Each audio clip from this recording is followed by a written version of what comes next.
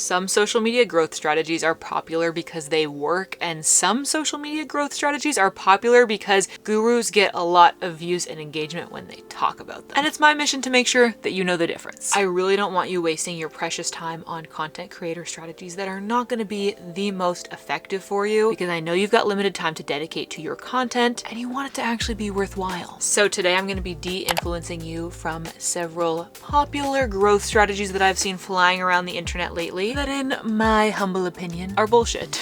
And I'll be sharing some alternative strategies where I think you should be focusing your time and energy instead. Thanks to Storyblocks for sponsoring today's video, and welcome back to another Coffee Chat with Katie. This is my series where we talk openly and honestly about all things social media and content creation, and we haven't done one of these in a while, so I thought it was about time that we caught up over your favorite beverage of choice. Today this is just a classic little mocha pot moment here in my van, but let me know what you're drinking in the comments and let's get into it. Strategy number 1 is reposting your most successful reels as trial reels. Okay, so this has become really popular lately, and I am sorry to report to you, my friend, this is not going to work anymore. And I'm going to explain why in just a second. But in case you're not familiar, trial reels, it's this new feature that Instagram came out with within the last year that allows you to send your reels directly to users who are not following you yet. The idea is it gives you a chance to trial your content in front of a new audience without the impact of your current followers' bias playing into like how the algorithm responds to your reel. So when trial reels first came out and people were starting to play around with it, the idea of reposting your top performing reels as trial reels kind of emerged as a new strategy. And it completely makes sense to me why. It's like, hey, this video performed really well when it was shown to my current followers as a test audience. Maybe this would be a really great way for me to get in front of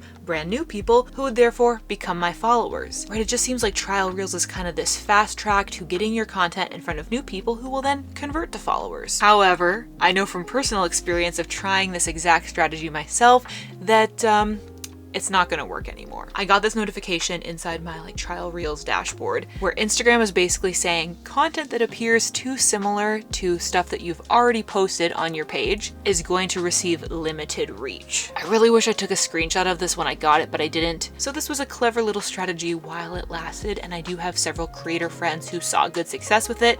I think unfortunately, moving forward, Instagram has kind of wised up to our little loophole, and it's not going to work anymore. And I understand it because they don't want, the Reels feed flooded with duplicate content, just because we're trying to use this little workaround to get in front of new people. Okay, so what should you do instead? Consider using trial reels to, as the name suggests, trial out new forms of content. I really think trial reels is the most effective when you're experimenting with subject matter that's kind of outside of your existing niche. I'm kind of a perfect example for this. Lately, over the past, few months, I've been posting some van life and travel content on my Instagram in addition to my typical creator tips. And so the logical thing to do would be take that van life and travel content, post it to trial reels first, because it'll get a chance to reach a new audience that presumably might be more likely to be interested in that than my existing audience who didn't really follow me for that content. So you can use trial reels to experiment with content outside of your niche, or something else that I've seen on my reels feed a time or two. You could make a trial reel that says something like, hey, if you're seeing this, I know you're not following me yet. I make content about X, Y, and Z. If that sounds interesting,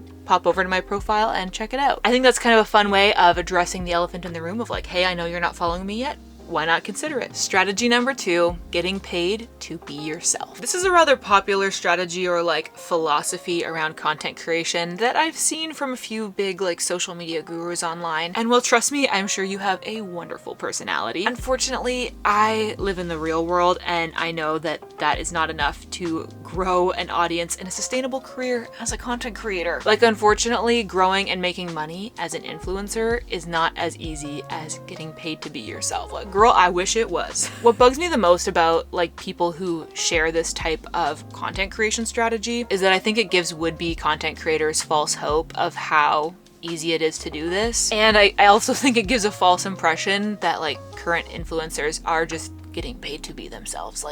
That's not the business model, okay? Don't get me wrong, there is undeniable financial privilege that comes along with having this job, and I feel, very grateful for it. But it still is a job. It still is work. Even if lifestyle influencers make it look like you just live your life and flit around and have somebody magically film and edit it for you, you actually have to put work in to make your life into content. Who is setting up the camera? Girl, it's me. It's me. If you want to become a lifestyle content creator, I just don't think that that is actually a helpful piece of advice. So here's what I would tell you instead. When you're approaching your content strategy as a lifestyle influencer, think of yourself as like a magazine editor. But instead of written articles, your medium is photo carousels and short form video. Determine who your target audience is, like what is the type of person who is like buying your magazine, and create stuff for them that's fun or intriguing or inspiring or helpful in some way. Think about it like you focused content over me focused content. Strategy number 3, follow the data and double down on what works. Okay, so while the last strategy comes from the more like woo-woo type of social media gurus, this one is on the opposite end of the spectrum. This one typically comes from social strategists that are all about the cold, hard data. I personally think the correct approach lies somewhere in the middle. It's all about nuance, right? So this follow the data content strategy dictates that you should first experiment with your content within the bounds of knowing who your target audience is and observing what works well for other creators in your niche. Maybe even taking the same subject matter or format that you've seen be successful for other creators and kind of copy pasting it for yourself. And then just produce a ton of videos until you see one pop off in the algorithm. Essentially the creator equivalent of throwing spaghetti at the wall and seeing what works. And whatever sticks, you start creating a shit ton of it. Basically, you keep creating the same short form video again and again with the slightest variations and different trending audios attached to it, and you'll go viral again and again. I'm not gonna lie, like that does work. If you follow the steps that I just laid out, you probably will eventually see a video pop off, and if you make another one like it but with slight variations, you'll probably see that one pop off again. As a creator, you can kind of stumble into a viral formula, and yes, that can help you get views.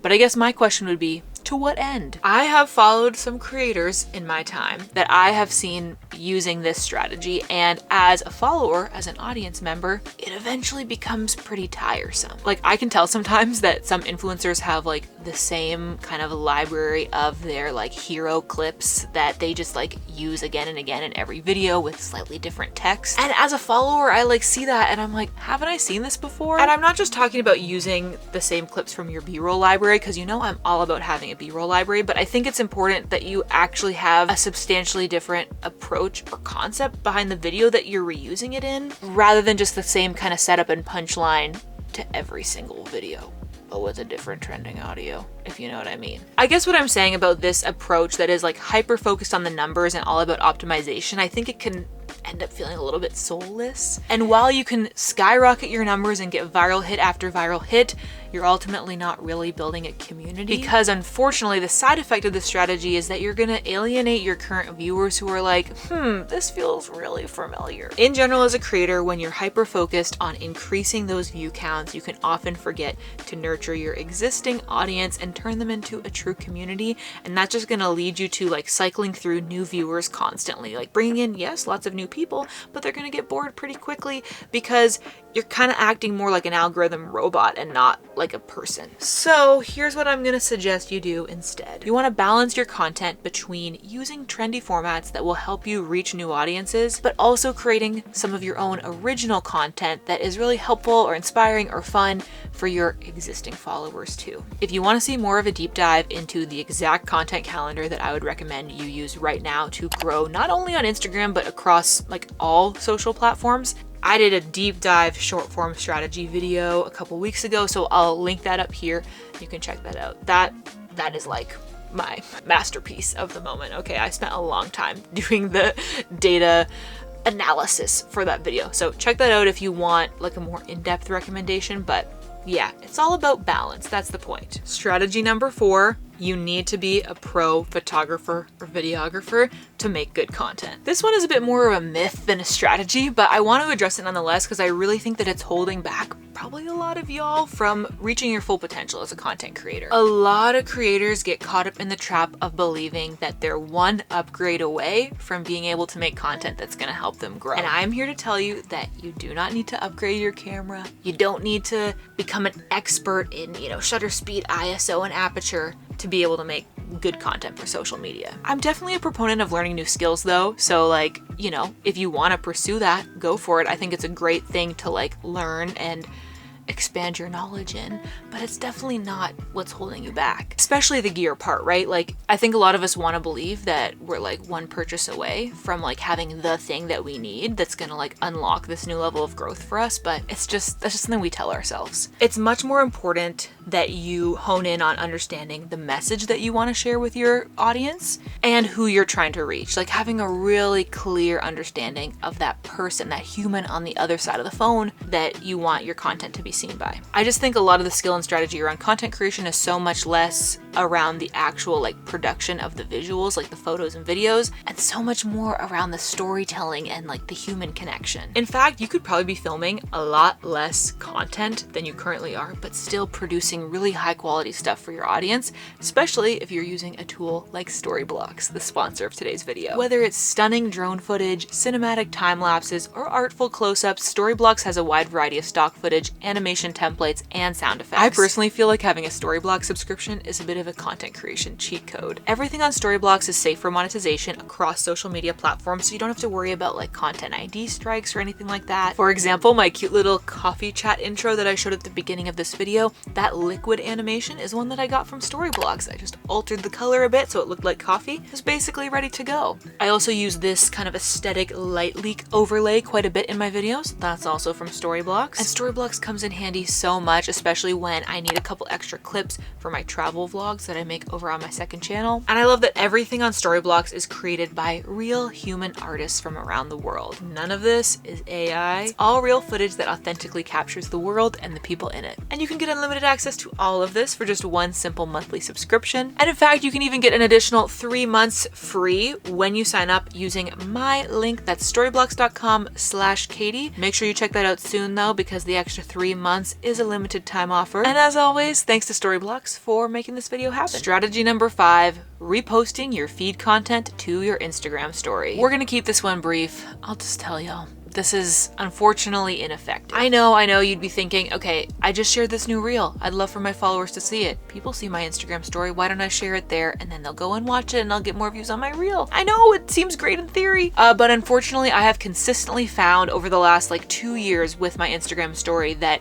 the lowest views I will ever get on my story is if I have reshared a piece of feed content, whether it's mine or someone else's, or a reel. The views are the lowest then. So unfortunately, not only are your story views gonna tank that day, but it's not really gonna help you get more views on your reel either. So what do I suggest that you do instead? A fancy little workaround is if you wanna share just like a photo or a video to your Instagram story, maybe that's a screenshot or a preview of the reel, and then you can put a link sticker to the reel. This also is not going to be like your highest viewed Instagram story ever, because I do find link stickers, like it's not the most engaging thing and it's whatever.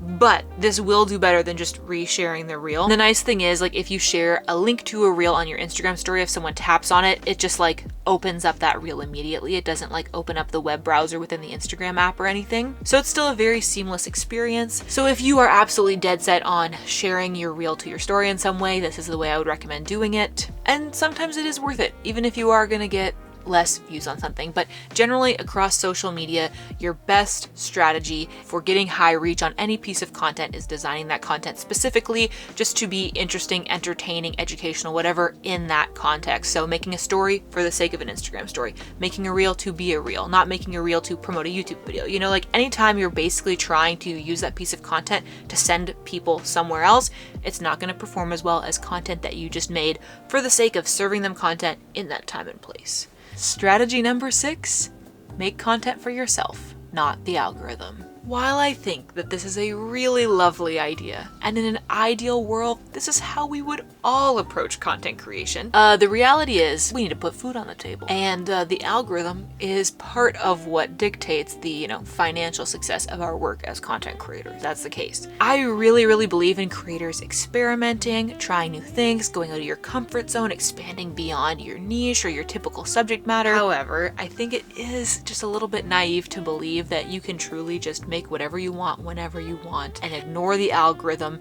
ignore the forces of the market, and just be able to actually have financial success from that. If you want to just do this as a hobby, if you're doing it for fun, for the love of it, then of course that's the way that I would approach it. Ignore the algorithm entirely then. But I like to be realistic with y'all, and I want you to know like how I've thought about this in my own journey of becoming a full-time content creator, and it would be so disingenuous for me to say, just create whatever you want and don't think about the algorithm, because like, that's not how I was able to get to this position, right? At the end of the day, content creation is an industry, and creators are essentially small business owners within it. We do need to be thinking about what the market wants when we're creating content if we want it to get seen. And obviously, in order for us to get paid, our content needs to get seen. So if you're hearing a lot of advice like just create whatever you want, don't worry about the algorithm, consider that it might be coming from somebody who's not depending on their content creation income to like provide for their household. Because your girl's trying to build up a retirement fund from this. Like, this actually does, you know, matter to me financially. So I do have to think about these things. And I look forward to someday solely creating content because it's fun and I love it. And, you know, it's what I want to spend my time on. And not because I'm trying to be strategic or, you know, work with the algorithm or, you know, get brand deals or whatever. That will essentially be when I'm like retired and I am very much still a working gal. Until then, as much as I love what I do and I am really passionate about it, and obviously like I care about what I make and it's interesting and it's engaging for me, I do still need to be strategic about it. Like, I'd be lying if I said I wasn't thinking about the algorithm at all. I'm thinking about the algorithm a lot. Okay, I think we all are. And I hope you guys know when I talk about stuff like this that I'm not trying to be discouraging. Like, I don't want to be like the Grinch of content creation, but I do want to be realistic and honest, because I just think sometimes when these different strategies get shared, it's maybe from a perspective of somebody who's already gained like a certain level of success to the point where like they don't really need to worry too much about the algorithm, or like they're just guaranteed to get a certain amount of views no matter what they post, and so they kind of feel like, well, that probably would happen for everybody, right? But I just don't think that's the case, you know? So whenever I'm sharing advice here, whether it's stuff I'm suggesting you do or stuff I'm suggesting you don't do, I'm trying to approach it from a really realistic place, knowing not only like where I am now after being a full-time content creator for 5 years, but also what it was like for me in like the 10-year come up that I had to get to this point. Because I remember that. Like, I really remember like the struggle and the the grind just to get like 100 views. And I just think it's important to like have that crystal clear in our minds when we share advice. So I'd be curious to know if there's any other growth strategies you've been hearing a lot of buzz about lately that you're maybe skeptical about. Let me know in the comments. We can kind of discuss the trendy strategies below. And yeah, if you haven't already, do check out that deep dive like short form strategy video that I made, because I spent hours on the graphs. Okay, so go watch that next. I'd really appreciate it. As always, I hope that you're having adventures and following your dreams, and I will catch you in the next video. Bye!